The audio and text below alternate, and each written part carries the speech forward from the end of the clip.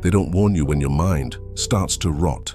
It doesn't happen all at once. It's slow, subtle, silent. They tell you to be kind, to forgive, to open up. And every time you do, a piece of your power dies. You weren't trained to think. You were trained to obey, trained to apologize for your silence, trained to explain your distance, trained to feel guilty for wanting control. But Machiavelli understood a truth they never taught you. The man who bends for everyone will eventually break. For no one. This world doesn't reward softness. It doesn't honor kindness. It studies it, uses it, weaponizes it. Because power doesn't come from being available. It comes from being calculated. Silence, stillness, discipline. That's what shakes the room. Not emotion, not explanation.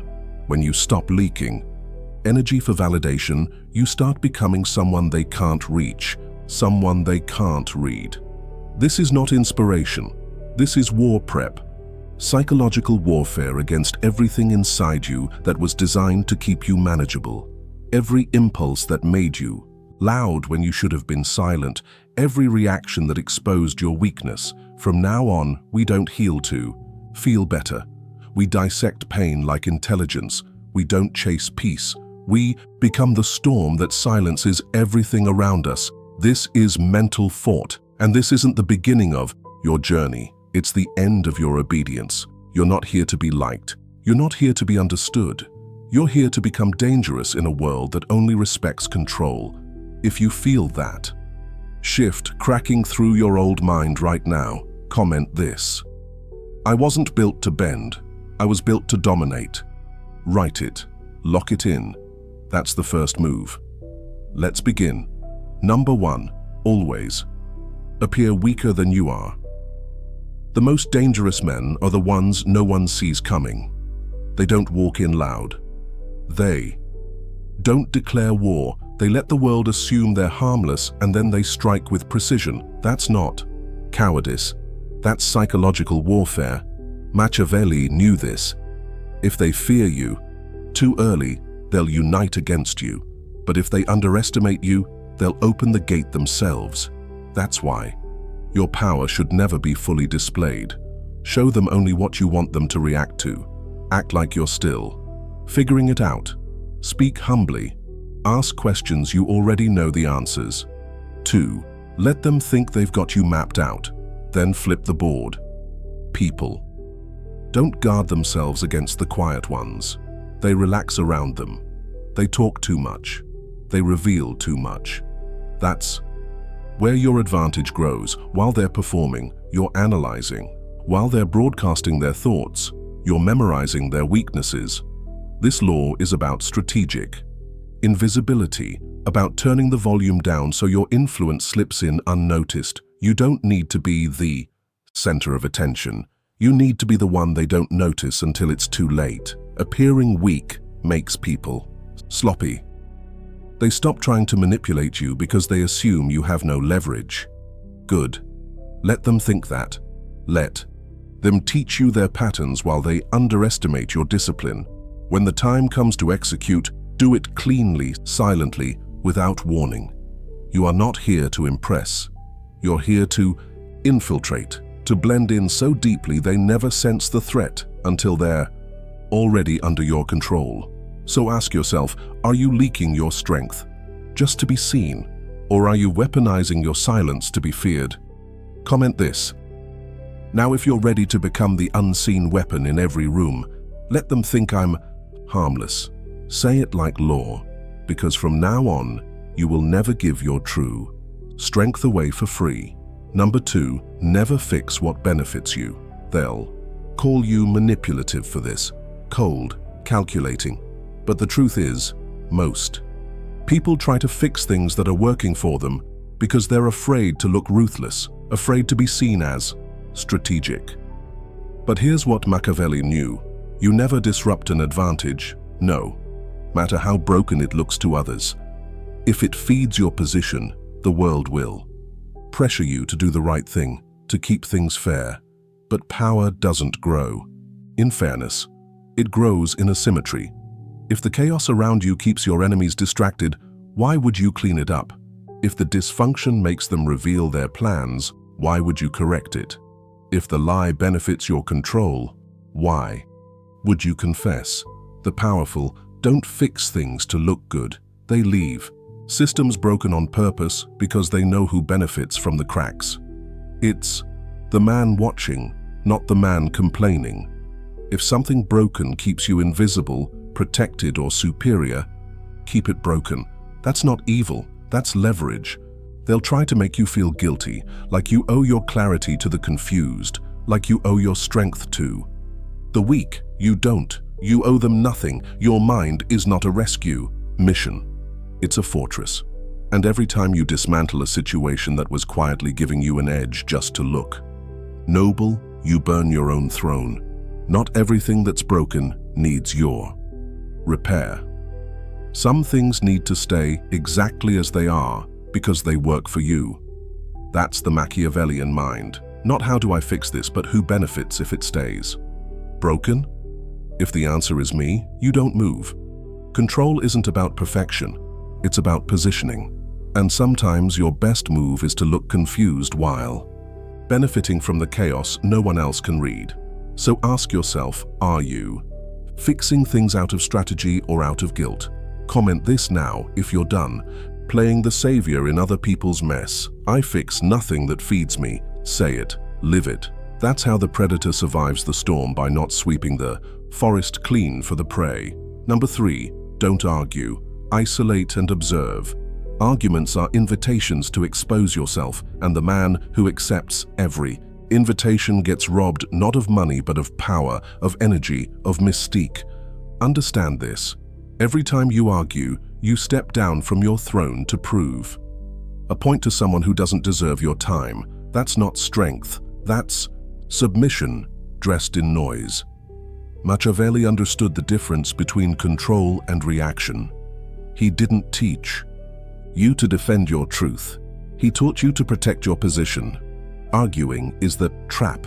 It seduces your ego into revealing too much, your thoughts, your triggers, your need to be right. And once they know how to provoke you, they own you.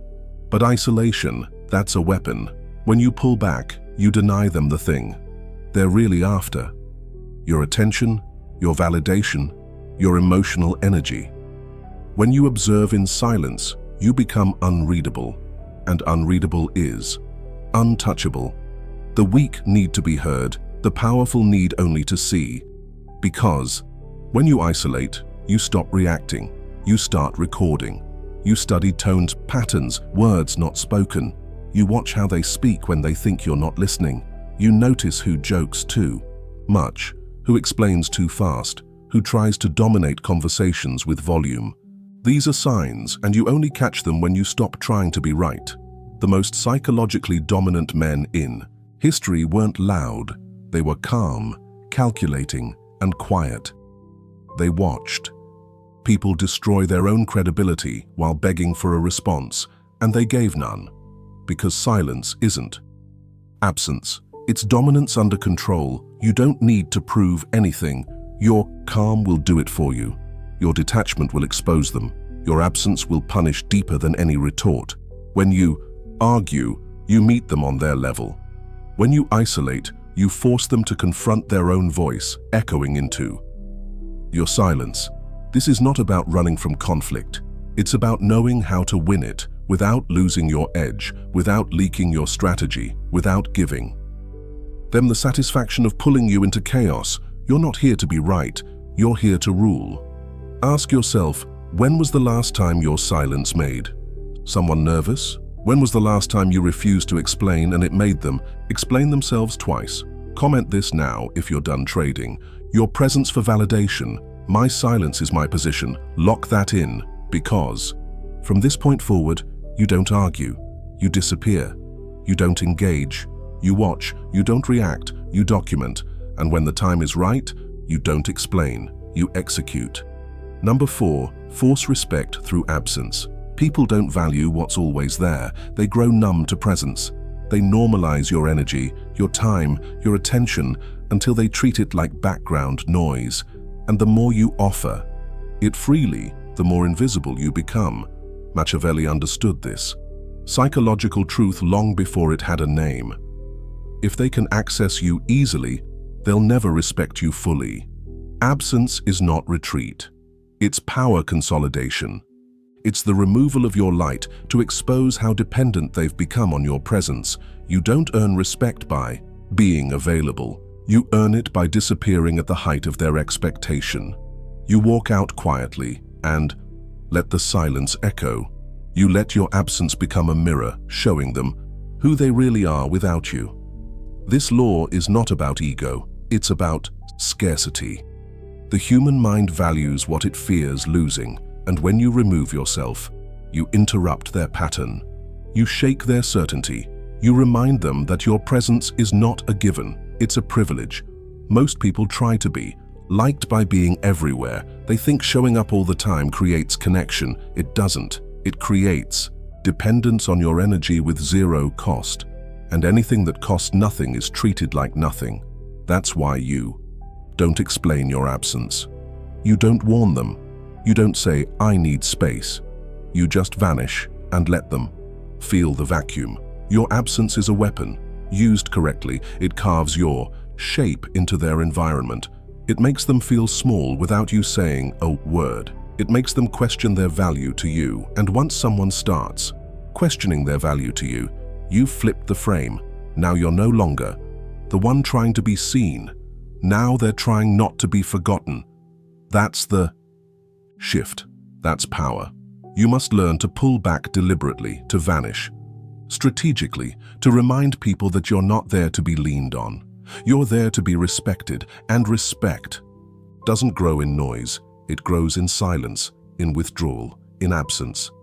This is especially true when people begin to take you for granted, when they assume you'll always reply, always show up, always fix it. Don't complain, don't warn, just remove your presence like a sword being pulled from a table.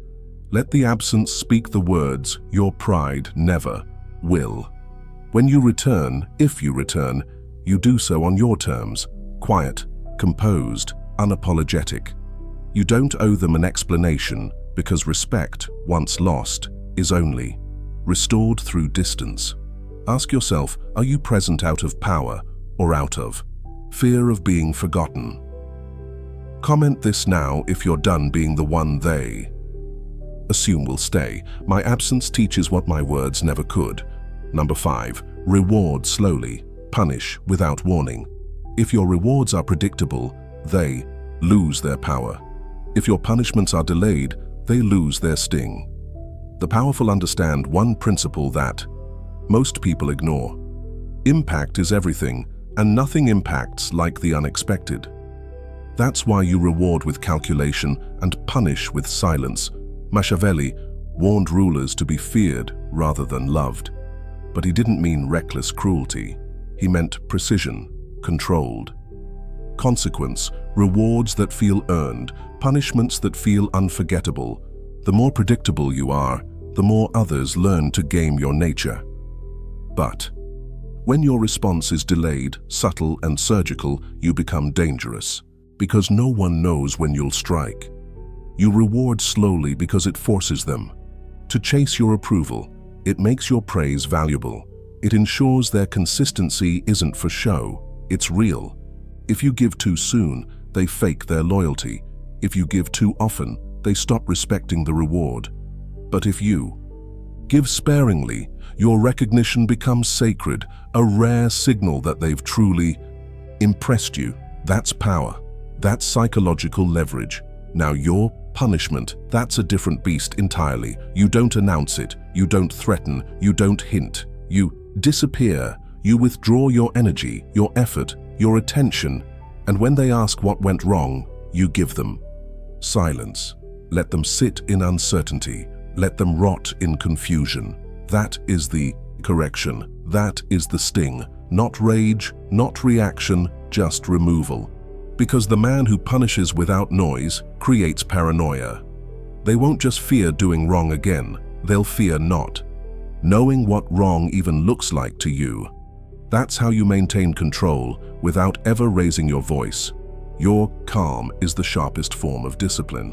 When people know you don't give second, chances they start walking differently around you, more carefully, more respectfully. And that's exactly what you want. You must become the man who doesn't reward noise and doesn't correct with noise either. The one who watches everything, but responds rarely. That scarcity, it drives people mad. They'll try to decode you. They'll guess what you like, what you hate, what pleases you. And that guessing game is your throne. Because while they try to please you, you've already won. So don't praise too fast. Don't forgive too quickly. Don't correct with emotion. You reward results and you punish disrespect, not with chaos, but with absence. Make it known that gaining your attention is a privilege and losing it is a sentence. Ask yourself, are your rewards making them loyal or lazy? Are your punishments making them better or bold? Comment this now if you're done being predictable. I reward with precision. First, punish with silence. Make them earn everything. Make them fear losing anything. This isn't cruelty, this is control. Number 6, reveal nothing. Let them talk. The one who speaks first always loses ground because every word you say gives them a thread to pull on. Every opinion you share, every emotion you reveal, every plan you expose, it all becomes fuel for their strategy. Machiavelli understood this centuries ago. The man who reveals. Nothing is the hardest to attack. The most dangerous man in the room isn't the one speaking confidently. It's the one watching silently. You've been trained to overshare. Society tells you that. Vulnerability is power, that openness creates connection. But here's the truth. Vulnerability isn't power unless it's weaponized, and openness doesn't create respect. It creates exposure. The more you say, the more predictable you become. And predictable men are not feared. They're managed. Let them talk. Let them overshare. Let them explain who they are. Let them reveal their motives, their insecurities, their weaknesses. Most people can't handle silence. They'll fill it with clues, with nervous confessions, with accidental admissions. And while they're doing that, you say nothing. You nod. You mirror. You observe. Because every piece of information they give you is a future weapon if needed. That's intelligence. That's psychological warfare. When you speak, make it short, strategic, controlled. Every sentence should serve a purpose. You're not talking to connect, you're talking to direct. You don't reveal emotions, you reveal direction. You don't give opinions, you give outcomes. The less they know about your real mind, the more power you hold over theirs. Your silence should feel like pressure, like a weight sitting in the room. It should make people question themselves, overthink their words, try harder to impress you. That's control. Not because you're being cruel, but because you've trained yourself to resist the urge to be understood. You've realized that being understood is overrated. It makes you easier to define, and if they can define you, they can weaken you. Let them talk. Let them think they're leading. Let them dominate the airspace while you dominate the space they can't see. The psychological one, the invisible battlefield where posture, tone, timing, and silence matter more than logic. Most people argue to be right. You stay silent to remain in position because once you speak, you've declared your angle. But when you stay silent, they waste energy trying to figure it out. Understand this. Clarity is not always power. In Machiavellian terms, ambiguity is often the highest form of control. When people can't pin you down, they hesitate, they make cautious moves, they doubt themselves, and that hesitation creates time for you to move, adjust, and dominate. If someone keeps asking you personal questions, don't answer.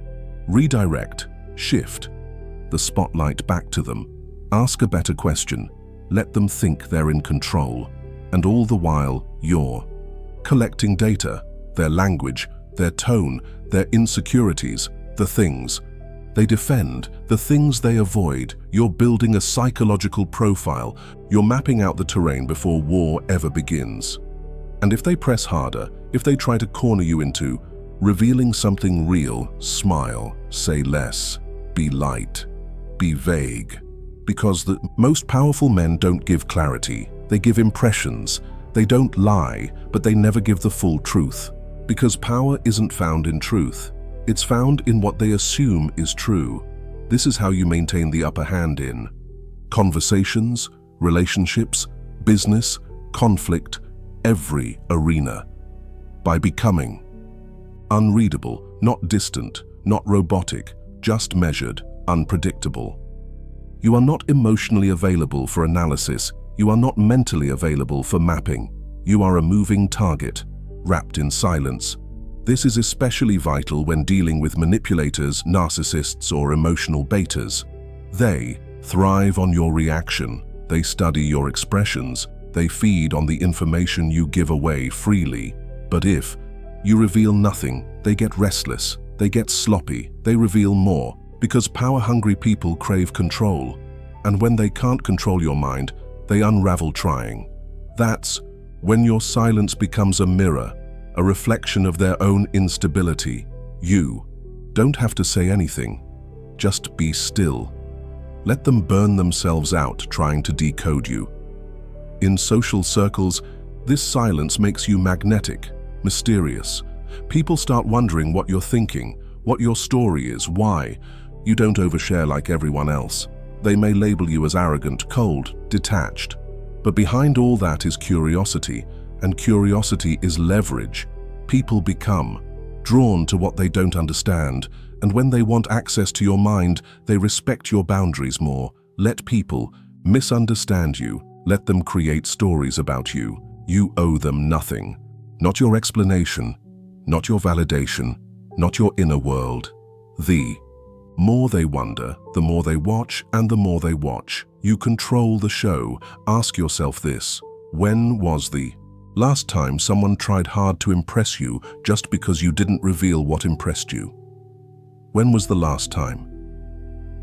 Silence made someone nervous enough to talk themselves into a mistake.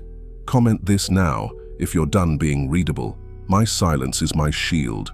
Your words are my weapon. Let that settle. From this moment on, your goal is not to be understood, it's to be unreadable. You are not here to share.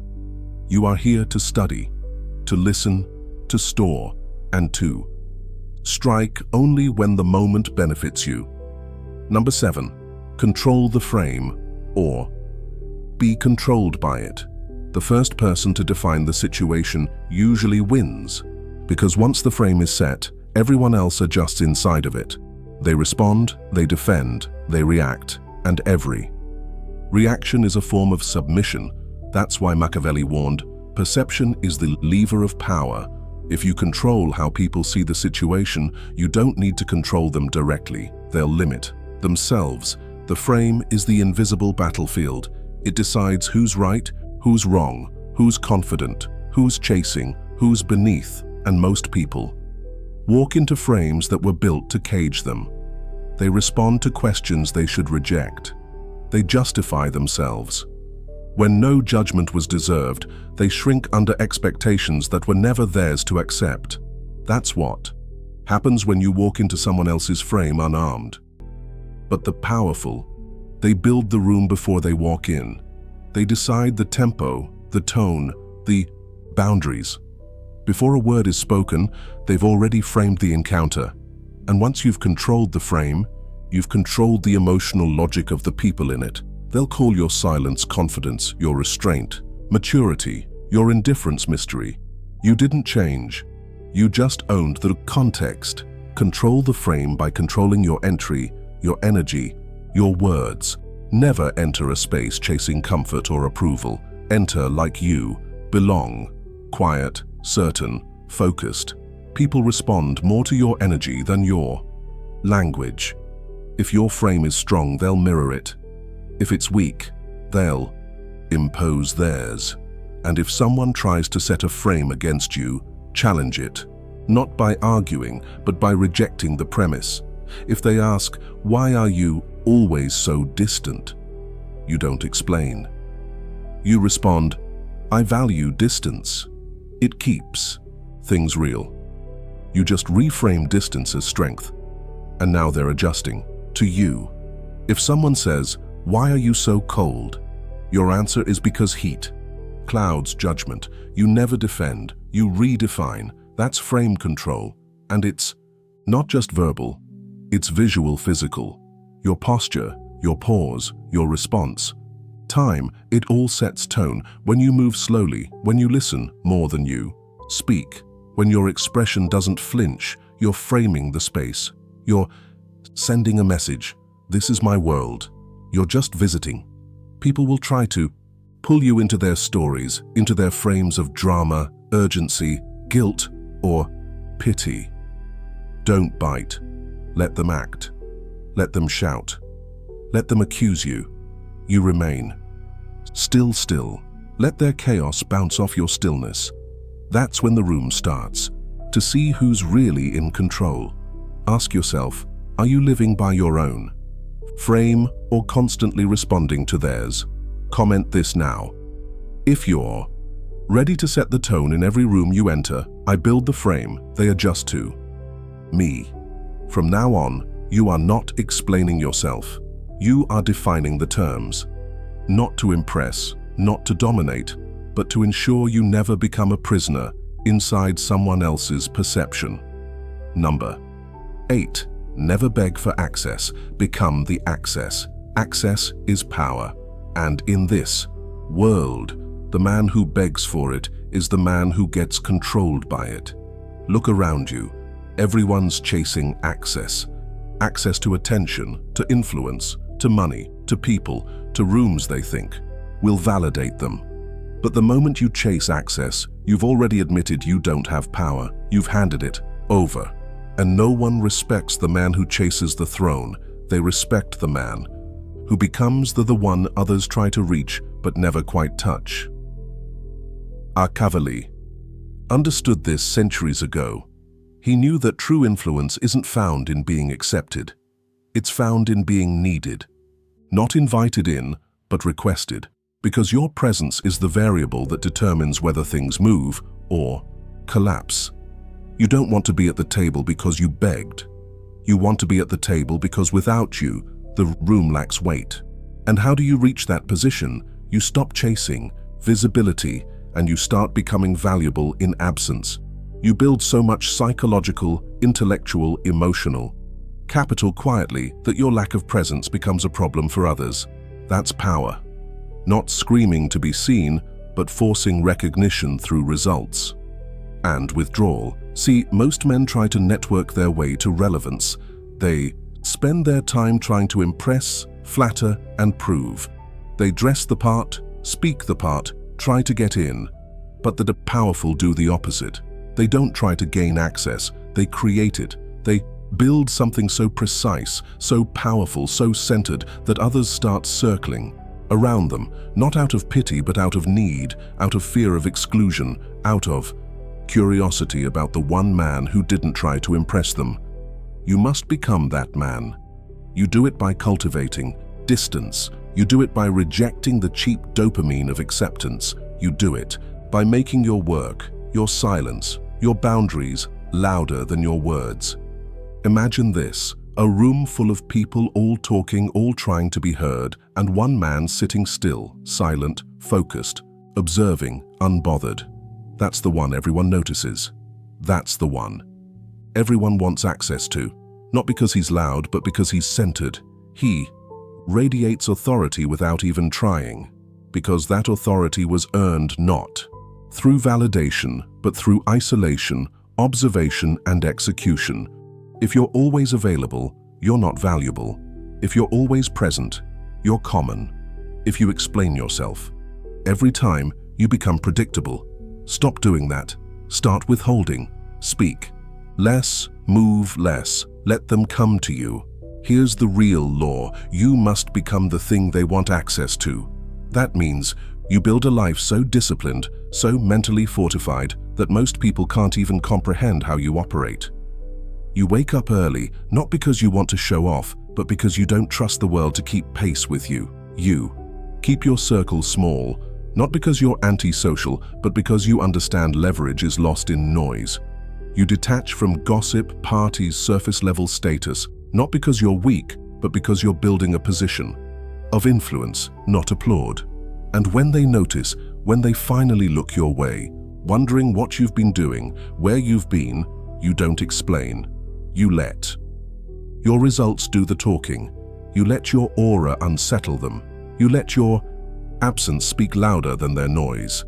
That's how you become the access point, not the applicant. People will try to shame you for this. They'll say, "You think you're better?" And the answer is simple. Number. I just don't need to be understood anymore. Understand this. The man who controls. The gate is the man who can say no. And the man who can say no holds all the leverage.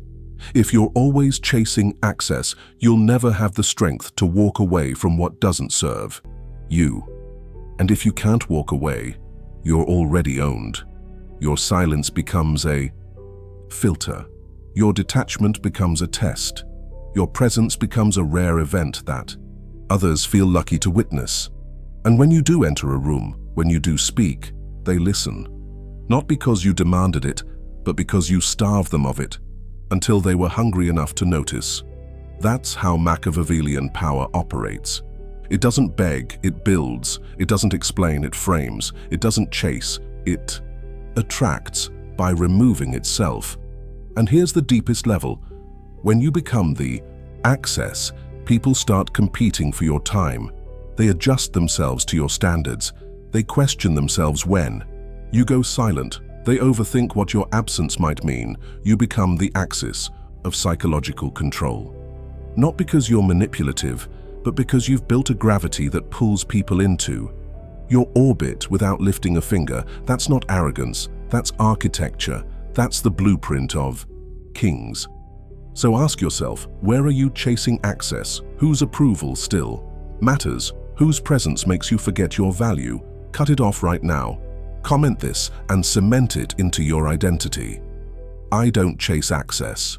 I become the access. Number 8. Burn the bridge after you cross it. Every man carries weight from his past. Relationships, betrayals, alliances that once felt like power but now bleed him dry. And the weak. They keep those ties alive out of guilt, out of nostalgia, out of fear. But the Machiavellian doesn't look back. He knows the bridge that brought you here must burn, because if it stays, so does the temptation to return.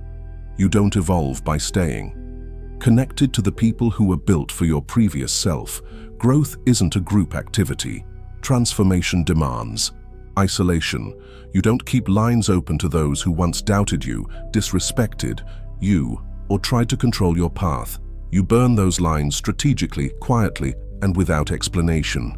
Machiavelli taught that when a prince acquires new power, he must destroy the old order, because if it lingers, it becomes a threat. Your old circle, that's the old order. They don't respect this new version of you.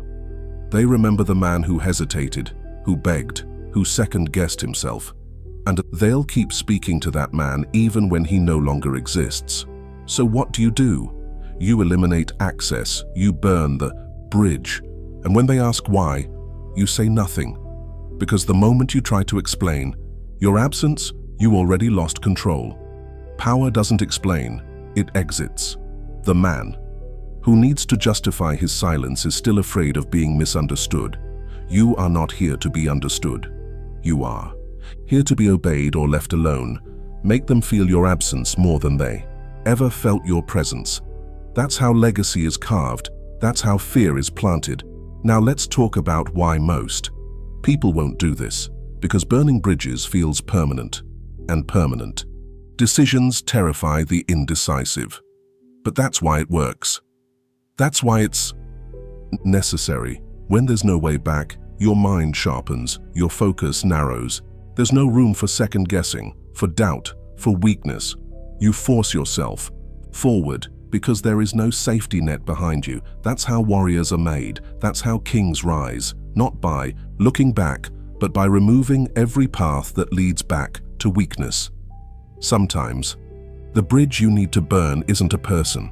It's a version of you, a mindset, a habit, an identity that once protected you, but now cages you. Burn it without ceremony, without apology. You don't owe your past self low. That man was trying to survive. You're here to dominate. Different game, different laws.